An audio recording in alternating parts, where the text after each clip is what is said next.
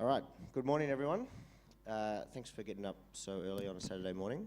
This morning we're here to discuss digital platforms. Subscribe here, and the team at Face the Music have assembled a superstar lineup of people to discuss. My name's Nick, I'm the Editor-in-Chief at Tonedeaf, and I'll get these guys to introduce themselves and explain a little bit about what they do before we launch into it. Hi, I'm Hazel from Pandora Internet Radio, Australia and New Zealand. I am currently the Marketing Manager and the Industry Relations Manager. Good morning, my name's Henry. I work for a company called The Orchard, and The Orchard are a music and film digital distribution company, as well as a globally ranked multi-channel network with YouTube. Hi everybody, thank you for being awake at this point on a Saturday morning. My name's Pam. I'm the Head of Marketing and Promotions at Inertia. We're an independent label and distributor working within Australia and New Zealand. We look after a whole range of different artists across genres and profile levels, working with everybody from emerging artists like Japanese Wallpaper and Meg Mac through to bigger artists like Sia and Passenger. My name's Natalie. I am a freelance publicist. I come from an independent label background, but have had experience working with majors as well, and do tour publicity and work with independent artists as well. I have a personal interest in the way the world is changing in terms of music discovery. So through my job, I have made sure I've put an emphasis on how to involve digital platforms within PR. Yeah, great. So, as the internet has exploded, obviously digital platforms have exploded with it, and that's provided a whole bunch of new opportunities for music. It's kind of a really massive topic for us to try to figure out exactly where to start, but I thought us beginning to start to talk about the different types of digital platforms that are available to musicians might be a good place. I thought maybe, Henry, I'll put you in the hot seat to begin with that. The different types of digital platforms? Yep. Yeah, well, I guess everyone's pretty across a lot of that sort of stuff in terms of your traditional sort of a la carte services. Excuse me, a la carte being download services like iTunes, for example, and Google Play. And then obviously the expanding sort of areas of YouTube and Spotify and audio and Pandora, be it non-interactive radio, I guess is probably the Pandora model that Hazel will talk about, and also a la carte streaming, so streaming services that you can choose exactly what you listen to and when. It's a pretty dynamic space at the moment. I mean, I've been in the industry for about 15 years, and I thought it was really exciting about 10 years ago, and I think it's particularly exciting right now. It'll be interesting to see who's still around in a few years' time, and it's nice to be working on the distribution side of things because we'll still be here, and not all the services will be here, would be my prediction. So, Pam and Nat, in doing your work, what are the services at the moment that you're seeing that are popping up over and over and over again that are really helping musicians get their music out there? Well, I guess I can take it from, there are two different sides that my job covers. There's the marketing and promotion side, and I can, for the side of, in terms of marketing and promoting and delivering your music to your audiences and finding them and staying in touch with them. Social media is obviously really important, and making sure that your Facebook is regularly updated, well connected to your music, that you update it honestly and you keep it true to the kind of artist that you are. That's really important. Also, for a lot of artists, SoundCloud has become a really important digital channel for sharing their music. It doesn't work for every artist, but for certain artists it works extremely well.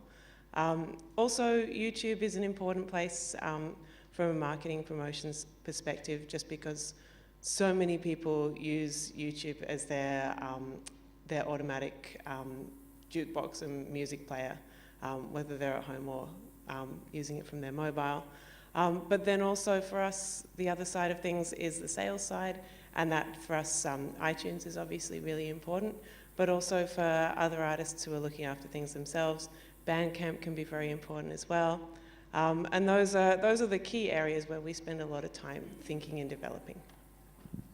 You pretty much covered off everything. But I think in terms of independent artists where you perhaps don't have a label or a distributor in place yet, and you still want to sell your music, or I guess provide music for some kind of currency in exchange, sometimes it doesn't have to be money.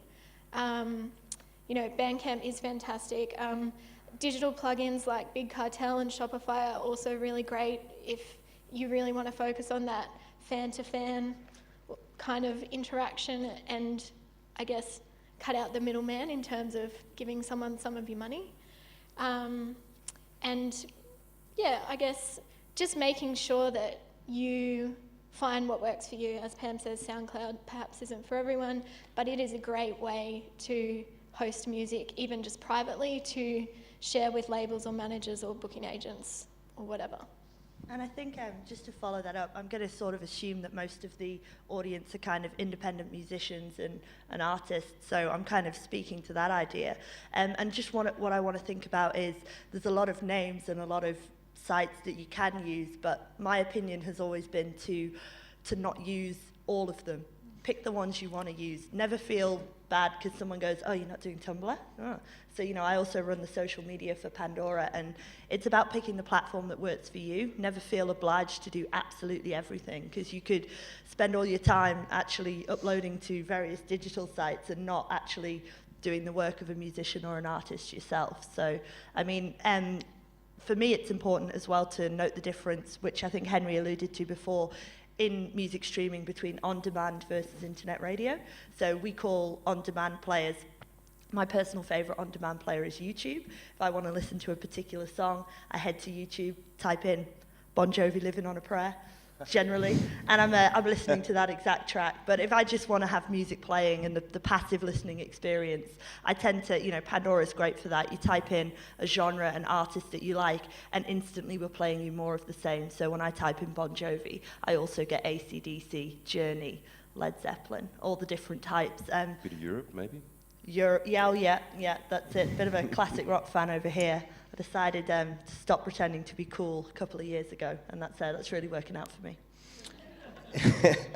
Well, you've actually preempted my next question, which was I was going to ask you guys, individually, do you advocate getting your material or using as many of the services, in particular the ones to do with music, but also the promotion as well, or would you advocate a more curated approach? You want to take it?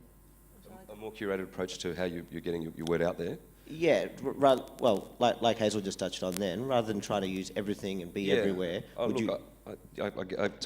think Hazel touched on it really well. I think it is about being comfortable. I think a big part of it's terrible to talk about your art as a brand, but a big part of your brand is your identity, your voice, your tone, your messaging, whether that's being, a wild, crazy party band like Dizzy Death Rays that people were talking about yesterday, or somebody who's a major label artist and having a very sort of consistent, sort of very marketed approach to things. So I think it's about finding what works for you, where feels comfortable for you. For me, I've done a few different things in my time, and when I was sort of wearing a more management hat, I really like Instagram. I think Instagram's one of the greatest apps on the planet.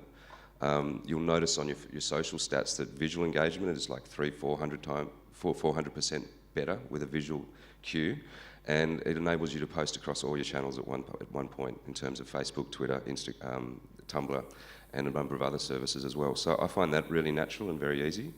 But I think Hazel nailed it. It's what you're comfortable with. You do definitely need to engage with social media. There's no question of that. And you do definitely need to have an online presence. It's very crowded out there, and the more you can have an identity and a voice within that crowded market space, the more likely you are for people to identify with you and follow you. Yeah, I'd agree with that. I kind of think that in terms of getting your music onto different services, I think that when you're an emerging artist, it's a smart move to get your music out across all of the different services so that you can be heard and found and discovered. because you find that some people are bigger Spotify fans when it comes to streaming, some people are bigger YouTube fans, some people are bigger audio fans. Other people don't think there's any point to any of that stuff because they just go down the rabbit hole with SoundCloud, and that's perfect for them. So I think you've got to have something, you've got to have your music everywhere, but I also agree that you've got to, as an artist, it's very time consuming to be everywhere on all the different social media channels. So I tend to find with the artists we work with that they naturally draw towards one or two, and it's probably better to do those very well. And if you're great on Twitter, to be great on Twitter. But if you don't like to verbalize as much, then you're better on Instagram. And then just to pick a couple that you do well. Have you found the same thing? Yeah, I think in terms of getting your music out there, as Pam says, if you have one song and you want to push it far and wide, get it up as many places as you can. I think when it comes to the later stages, it's about working out, I guess, the best way to get the biggest bang. So, you know, there's one thing you could do is exclusively put your song up on SoundCloud, create a Facebook application and make it like-gated so people can stream it. And that way you're giving them access to your song, but you're getting something in exchange for it, so you're building your online fan base that you can then speak to. And then I think in terms of, you know, if you might be releasing an album, it's good to explore what bigger opportunities the streaming services can offer if you give them exclusive rights to it. So if you say to Spotify, well, we want you to exclusively stream our album 1 week before it comes out, and you're going to direct all your social traffic to there, they can say, well, you know, we'll feature you in our mail out, or we'll promote you through our social channels, we'll post about you on our blog, and then perhaps you can find an online website that is also in bed with Spotify, and they can host the stream as well. So it kind of is about maximising that one thing. But that's, I guess, step 2 or step 3. Step 1, get it up, get as many people listening, and then once you're in a position to be slightly more curated with your approach, that's when you need to work out best bang for buck. I have to say, to speak directly to the Get It Up online, you have to forgive me, I have 2 main areas of interest. They are Pandora Internet Radio and Bon Jovi. And so just to speak to my actual day job, we put a little postcard in everyone's delegate bag for this event. And so we just launched an open submission platform, submit.pandora.com, where we encourage all new artists to go submit their music. About 40% of independent submissions actually get accepted, but 70% of our entire catalogue is independent. And also 95% of our catalogue spins once a month. So once you're on Pandora, you're spinning. And there's a great speaker that's on today, Aisha Jaffa, who's come over from New Zealand, Seiko Management. She does Lord and she does various other up-and-coming artists. And she actually just cleared me yesterday to release stats on one of her up-and-coming artists. So they've just signed a great new guy called Thompson. He's got just over 1,000 likes on Twitter, just over 1,000 fans on Facebook, and he's currently spinning 9,000 times a week on Pandora across the US, New Zealand, and Australia. So in terms of exposure, one of my jobs at Pandora is to get new up-and-coming artists onto the platform. So if anyone wants to come and get my business card afterwards, I would encourage that as well. We're really here to make sure that Australia and New Zealand content gets front of mind on the platform and spins. Naturally, that's the party line, so I'll keep on or drop it if needed. On that, if once artists do submit, how do you guys select? What's the criteria for selecting what music you actually do accept then finally on the service? So actually, we have a team of 25 music analysts that work in the US. A couple of people this weekend have already asked me how you get that job. So basically, you need a sort of formal music training, preferably a theory degree. And what they do is these 25 music analysts sit around and all day, every day, they just listen to music. They all specialize in different genres. So we got a guy that just does country music. We got a guy who just does, rap and hip hop. And then, a couple of the indie guys as well, and a heavy rock guy. And basically, they're just there listening to music to get on the platform. There's no genre that we favor over any other. It's generally usually about the quality of the production. Is this a fully mastered and ready to spin record?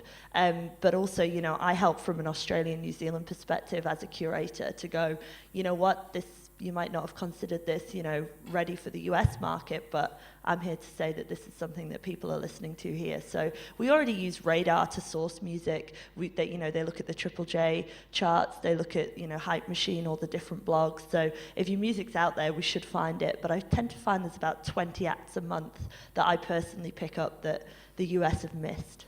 Yeah, right. Interesting. So Pandora included, it seems like these days there's more promotional services, music services, streaming services than there are musicians themselves. It's kind of overwhelming as an independent musician to kind of go, well, I've got a song or I've got an album, and where do I start? Where would you guys say is the best place for someone to start? My opinion would be just start anywhere, start somewhere. I also, when I'm not being Hazel, Pandora / Bon Jovi fan, I also manage a 7-piece bluegrass band. And, my opinion with them is just, let's get some shows. Let's record something. Well, let's have something that people want to hear. So when I'm out there and saying, oh, this band is so amazing, you have to hear them, I can actually point people, they've got a cool video on YouTube, they've got a stream on SoundCloud, but, just to be accessible wherever people want to hear it. So never be paralyzed by by analysis. I'd say just get out there and use something, and if it doesn't work, use something else. I think there's a lot to be said about, in the internet world, just fail quickly. Get in there, get started. It does actually, we find that it varies quite a bit, artist to artist and style to style. There was an artist who we're not working with at the moment, but who we were watching earlier this week, called Nick Hill, who put a song up on SoundCloud that got picked up by a couple of blogs and a couple of Hype Machine blogs, and it started to fly up Hype Machine. And I think it's at 60 or 70,000 listens now. And now the rest of the industry is turning very quickly towards that artist because they can see that there's excitement around them. So that happens. It doesn't always happen, but it can happen. Otherwise, we also see some artists put their music on Triple J Unearthed, and they see a response to that very quickly. Triple J starts to notice. A lot of the industry, both in terms of concert bookers, labels, publishers, also keep their eye on Triple J Unearthed, and you can start to see a really genuine following around something like that, and they can give you a lot of support. So they're two good places to start, especially as an Australian artist. But I do agree that you can overthink it and wait too long, and sometimes you just got to get out there, because even if the song that you put out isn't the one that connects with lots of people, it may be the one after, and you may find that you build fans slowly and surely. And there's something very great about that, because fans that start with you very early often stay with you a long time. Yeah, and I think in terms of actually doing it, there's an excellent site called TuneCore, which I'm sure many of you have heard of, but basically they're a distributor and they can get your music up far and wide. That's a good starting place if you have something ready to be pushed out into the world. Yeah, definitely. There's a number of services in that space, either on a subscription or a percentage sort of split basis. I'm continually recommending people to TuneCore or CD Baby as a starting point when you're looking for distribution. I think they're great services. As Pam said, it may be not the first song that hits, it may be the second one, but at least something's out there. And if you're talking about being a new artist and an emerging artist, you're talking about being a startup. And as Pam said, you've got to fail and fail fast and learn from that and keep doing that. Don't ever give up. But to get to that point of being a minimum viable product, if you're talking about it just in a purely business sort of point of view, you've got to have some sort of asset up there to be pitching to bookers, to venues, to get a show, to get your foot in the door, to get on radio, all that sort of stuff. So, yeah, I think at the same time as that, I'll qualify it by saying I think all your approaches around your social stuff as well as your release stuff, you need to gate the release of your content. So you don't put it all out there all at once. Like if you've got a plan around how you're going to market a release and how you're going to set a record up, you don't put it all out at once. You plan it, you strategize around it. And I'd say that around every piece of content, you think about it and really have a think, okay, well, YouTube, if I'm trying to drive subscribers, maybe once a week on a Friday, I'll put a new video up that's a bit of shoulder content. We're in the studio at the moment, connect with fans and have that, open up that conversation. Or you don't put it all out at once. So you might be recording an album, record all this back behind the scenes thing, and then you put it all up and it's like, well, what have you got to go next? Instead of actually maybe releasing 30 seconds at a time, and just have a real gated approach to your content and hold on to your rights. Don't sell out to anybody, they're yours. I would argue that the internet has lowered the barrier for independent musicians, it's given a wealth of opportunities. But it also, therefore, on the flip side, creates a lot more noise. How do you think, which means it becomes harder to stand out from the crowd, what are some strategies that you would advocate for to help you stand out from that crowd? I've seen there's a few bands that have taken a couple of novel approaches. There was one I read about the other day that actually put themselves on the dating app Tinder to get and invited people when they swiped them to listen to their music. Are there other examples you guys can think of novel ways to stand out from the crowd? Well, I love that stuff when it follows, and there's great music behind it. But you do have to be a little bit careful to do something that makes you noticeable, that's also true to what you're all about. And you find that if you try a stunt that doesn't suit who you are as an artist or what your music is really like, then you do run the risk of becoming known to be that artist who did that Tinder thing. Or we were talking about it. Do you remember the name of the band? I can't Off the remember top the of name. your head? They were No. called Grindr or something. Case in point right there. Yeah, it happens a lot. Yeah, they have a Tinder band.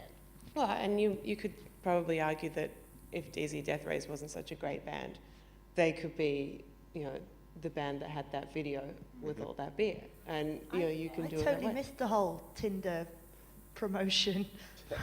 But I got to say, though, I had a fabulous moment last night where, that awkward moment where you're talking to someone and they go to show you something on your phone and you're like, oh, they've got Tinder.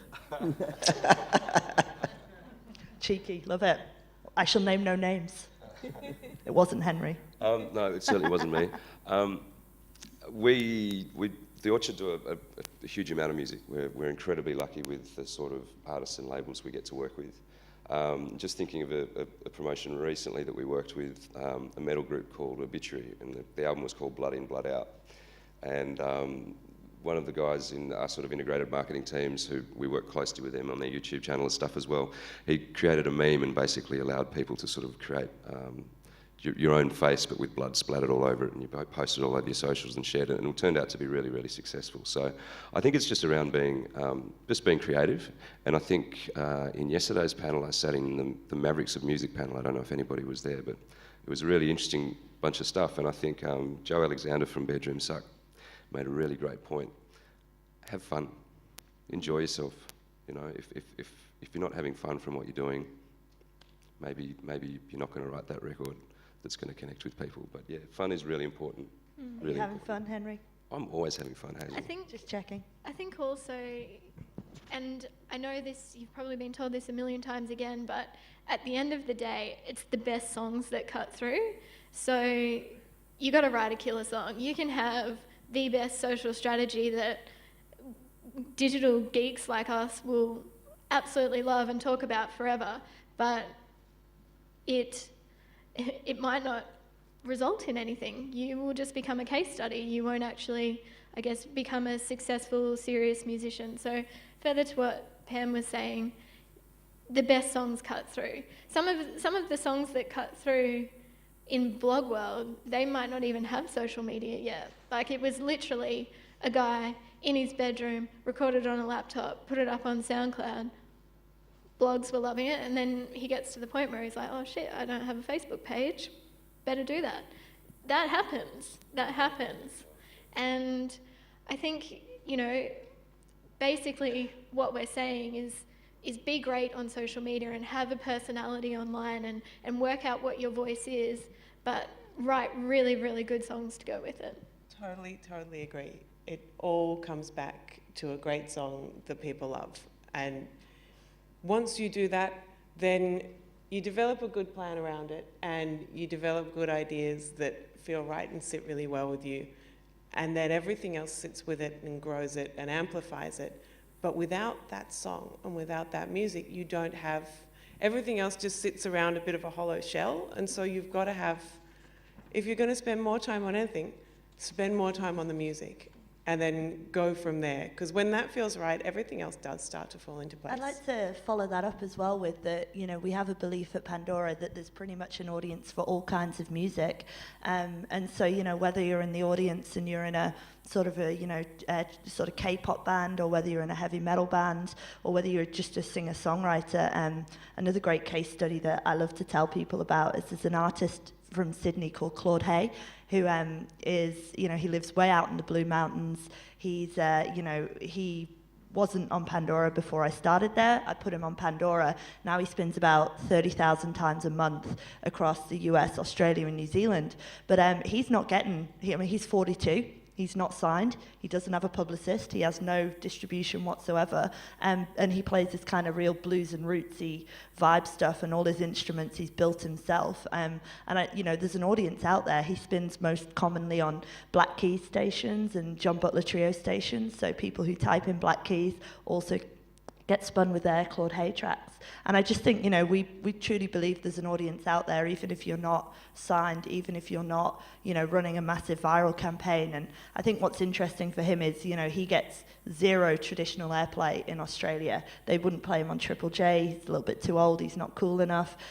He's not heavy enough to get played on the rock stations. So, I just really want to encourage all the musicians who are out there as well, who perhaps don't sound like the next Lord, or don't sound like the next indie electro bedroom band, to also keep doing what they're doing. It's not, unfortunately it's not all roses. There are a number of artists that are sceptical of some of these digital services, and I'd like to just touch on that a little bit. One of the more big recent examples, I suppose, is Taylor Swift pulling her catalogue from Spotify. There've been a number of other artists that have come out and done similar things, or practice windowing, or all kinds of stuff. Do you guys see that as part of an emerging trend, a pushback against these digital services, or do you think they're just publicity stunts? I think they're just publicity stunts. I love Taylor Swift, going to put it out there. I think she is amazing. And I think from a publicity perspective, she's really interesting in the way that she runs simultaneous country and pop campaigns. But, I think the stat came out that she was making $65,000 a week off Spotify. A week, yeah. A week, yeah. Which, that's more than what most of us would earn in a year, right? So, yeah, publicity. She doesn't need the money anyway, so why not make a bit of hoo-ha around the world? But our good mate Dave Grohl came out this morning giving streaming services a real thumbs up, and I also love Dave Grohl, so good on them. I really like Dave Grohl too. Yeah. I'm a little bit tongue-in-cheek when I say that I'm a bit cynical about Taylor Swift's stunt. And I find it kind of really arrogant for an artist of her stature to do something like that, not only to sort of dictate to her fans, but also turn a nose at the fact that she's earning so much money from that service.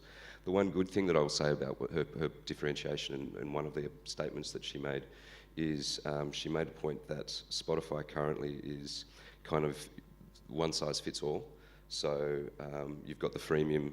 I love how they use the word free as well. It really drives me nuts. You've got their service that is free to use, that is ad-supported, that they do pay through to the rights holders. But if you're on the service, you're on the free service as well as the subscription service. So I think the really interesting differentiation that she made was that there is currently no ability for her, or any artist for that matter, to just be on the subscription side of things, which is a significantly better payback for the artist as well. So that's a really valid point. So if anything good has come from this publicity stunt and marketer's dream and the highest selling record in 10 or 12 years, well, why was it? Because, anyway, and if anything good comes out of it, I think that is a really positive thing to And I got to say, I obviously can't really comment on a competitor's landscape. However, when I decided to take a job at Pandora, which was about 18 months ago, I sort of asked myself some serious questions. I'm also a musician. I play in the world's worst all-female punk band, a guitarist.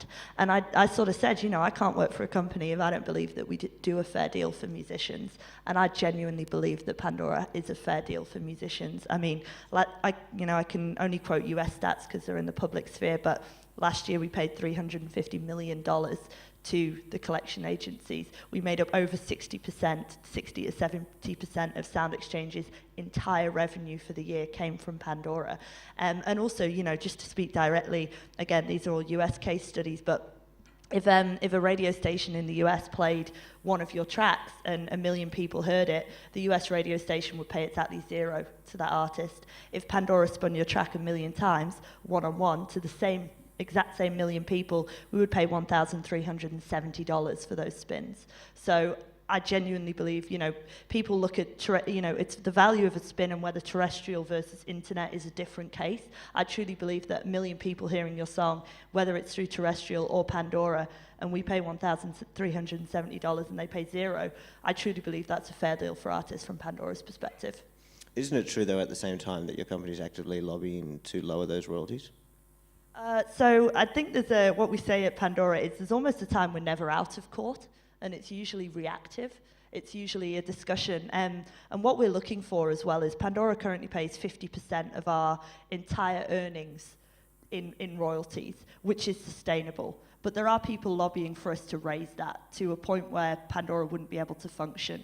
So quite often we're reactively lobbying to, you know, bring attention to the fact that terrestrial radio pays nothing, that we pay 50%. That, you know, Australian radio, you can read it on the APRA AMCOS website, pay between 0.56 and 4%. So for us to pay 50%, there is an argument that, you know, we think we pay over and above where other people aren't paying enough. Can I just jump in as well? The money side of things is great, and it's great that Pandora is doing all of that, but as an artist, you can weigh up what you want. If one spin on a US radio station that's going to reach 1 million people is what you want, great, because that can potentially break you in that territory. If it is a tastemaker radio station or a tastemaker radio DJ, that could be a complete game changer for you around the world. Whereas, so you might be sacrificing some money, but it could set you up for bigger and better things. That's really great to hear, actually, the holistic approach to, you know, what an artist does. And it's very easy to get sort of bogged down in the value of an individual spin or, you know, the total money made from streaming. And, you know, I've got stats out the wazoo. But I think you're right. If you look at it as a holistic approach, you know, Claude Hay, who wasn't getting spun anywhere, now getting spun 30,000 times a month. What's the value of that to an artist in terms of promotion? I think that's where this discussion becomes so subjective, because there are every artist is in a slightly different position in terms of where they are in their career, what kind of music they're making, the kind of audiences they have, the kind of fans they have, and where their fans are enjoying their music. And so I think that it may be appropriate for some artists to take their music from some services if they're at a place in their career and their fan bases aren't in those places, or if they feel that that's what they want to do at the time. But what you do have with digital, which is amazing, is that you, as an artist, you do have a bit more choice. And so what might be sauce for the goose might not be sauce for the gander. And so I don't know whether it will be exactly a pushback or exactly a trend, but different artists will find things that work for them. And that's, I think, the best thing that we can probably do as a panel today is make sure that we can clearly explain what's available and what you can do with it, and then let you all decide for your own selves. And I think, yeah, I agree as well. Like I said, I manage an artist, and I have put them on Pandora, and I'm absolutely delighted for them to spin there. But I would absolutely love us to get played on Triple J as well. That would be phenomenal. So I think, yeah, it's a little bit of... You don't have to have one or the other. Exactly, yeah, not at all. And I think also it's really important to think, I guess what I was alluding to before about Taylor's arrogance with how she's reacted with Spotify is she's actually dictating to her consumers how they have to consume with her music. So I think... Do you think that's a problem? What's that? Do you think that's a problem? Well, I just think it's a bit rude, you know, to be honest. I think it's about broadening your consumer base as far and as wide as possible. And if you can get your music onto as many services as possible, you've got as many opportunities as possible to be discovered. And when you think about these different streaming platforms, the a la carte sort of platforms, like thinking Rdio, Spotify, YouTube, there's so much social engagement in that. There's so much discovery in that. I mean, YouTube's the #1 music discovery point in the world. That if you're not there, then you're missing out. You never know.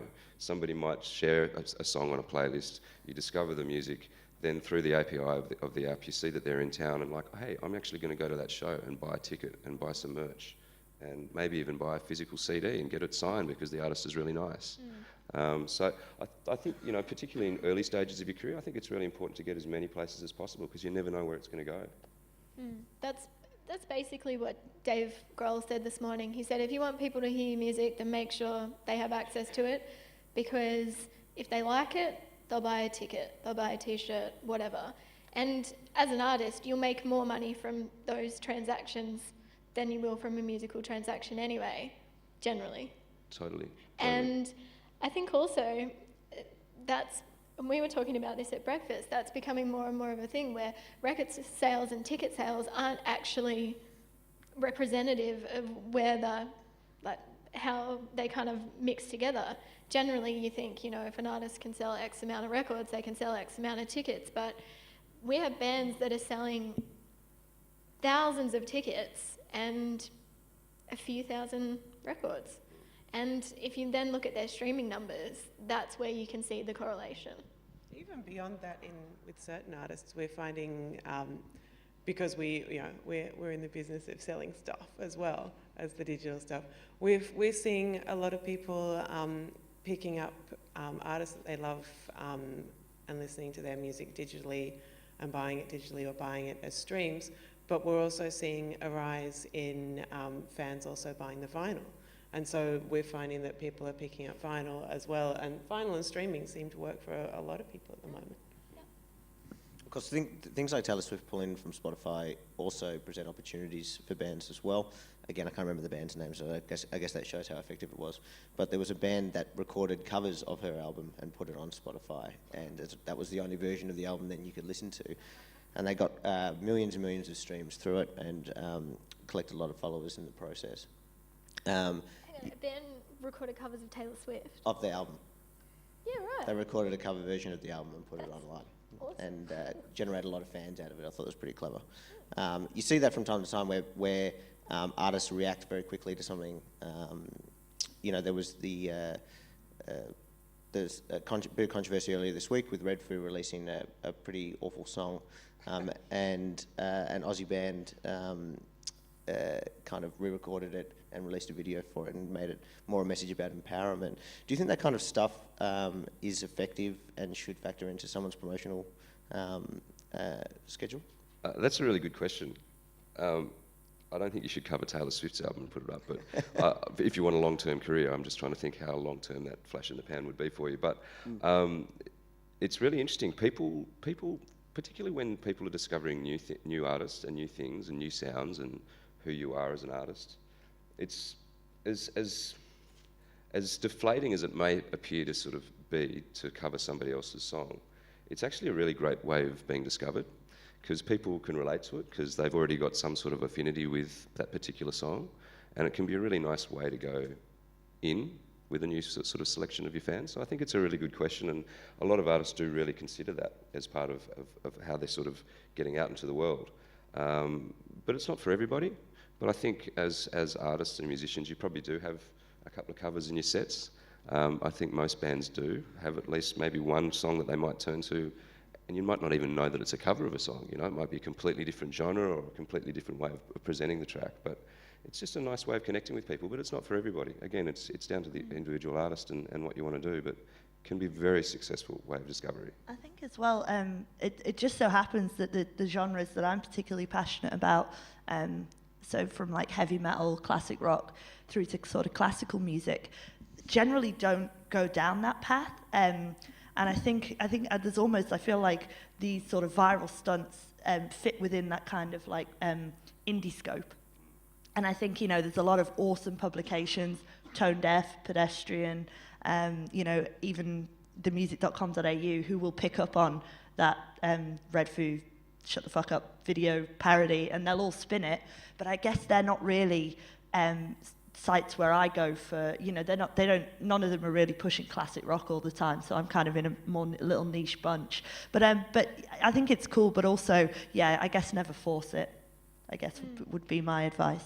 I actually have a a bit of a case study from an American band that signed to the label I work for, and we attempted to resort to, I guess, more of the stunty approach, and it was the biggest dud ever, basically, because we were just a bit too contrived with it. So what we did is, it was around Triple J Hottest 100 times, so we said, how about you do a mashup of the top 10 songs and make it a 3-minute song? So the US band weren't that familiar with how much of a big deal the Hottest 100 is, but anyways, we got them to do it. They turned it around within about 3 days, which we thought was pretty good. And then we pushed it out to the world and no one gave a shit. Like, it couldn't have gone down any worse than what it did. And then, literally 24 hours later, this other band, and I think they're from Melbourne, did the whole Hottest 100 mashed up in their underwear and put it on YouTube, and it was just so much better. And then, so the thing that we tried to do kind of became like a little side note from their coverage. You know, I remember Faster Louder doing a post, and it was like, oh, Melbourne band does 100 songs in 3 minutes. And then it was like, US band, blah, blah, blah, blah, blah, also attempted this with the top 10 songs. Here's a link. It's like, it really, really didn't work. And I think the idea itself was fine. The execution probably wasn't that great. And plus, it was one of those things where people just didn't care enough about the band, and it perhaps wasn't that authentic, and that's why it didn't work. So be careful with your stunts. They can be great, but in terms of creating a career, this did absolutely nothing. Nothing. If anything, potentially detrimental. Nothing. I wanted to move on to where it's all kind of headed, and the discussion about where we're all going to end up. Pandora's been Pandora's been around for a long time in the US, been massively successful. I read the other day that it's now got a 9% share of total US radio listening, which is pretty amazing. Here more locally, you've started to sign deals with cars to put Pandora baked into car dashboards. Where do you see it all heading? Is it Pandora's world and we're all just living in it? So when we talk about Pandora internally, we talk about ourselves as a 100-year company. Pandora is 14 in the US, so we've been going for 14 years. Started by an amazing guy called Tim Westergren, who was a session musician from LA.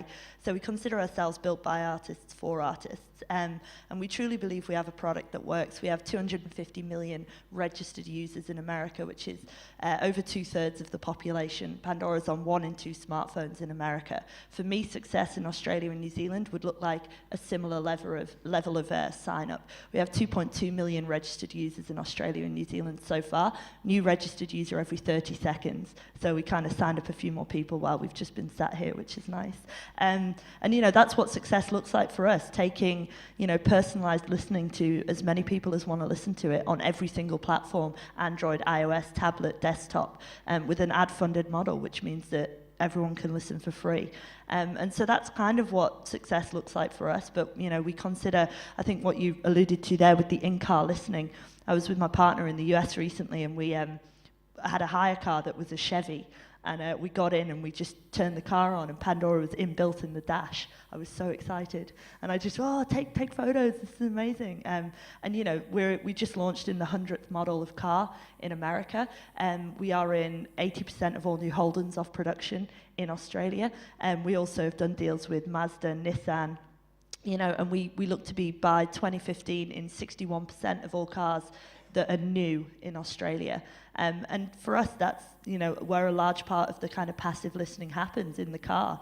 I know I did a stint at the Australian Chamber Orchestra before I worked at Pandora, and I used to drive from Redfern in Sydney to the Opera House, and I would just put on 101.7 Classic Rock FM, and I would just be, keen to hear, in that sort of 15, 20-minute journey to work, anything. A couple of Queen songs, maybe some of the Beatles, and sometimes it would be nothing but adverts and chat, and I wouldn't hear a single song in 20 minutes, which to me is not a good listening experience. There've been some reports that have come out that people calling that the death of radio is imminent, that the sky will fall in. Would you agree with that assessment, that terrestrial radio, as the internet finally makes the leap into the car, that radio is doomed? If it is true, they haven't noticed.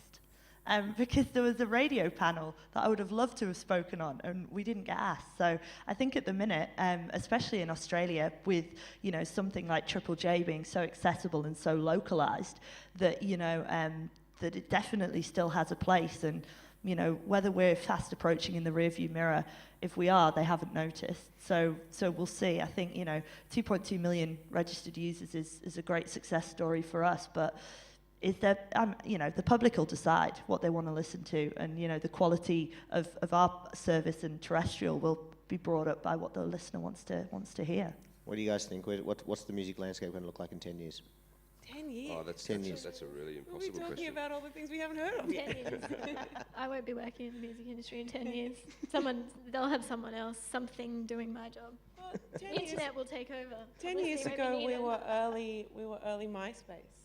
That's right. Take another 10 years and it's pretty hard to say. I think that as music's available via different devices, from cars to watches to everything else, that will make a big difference.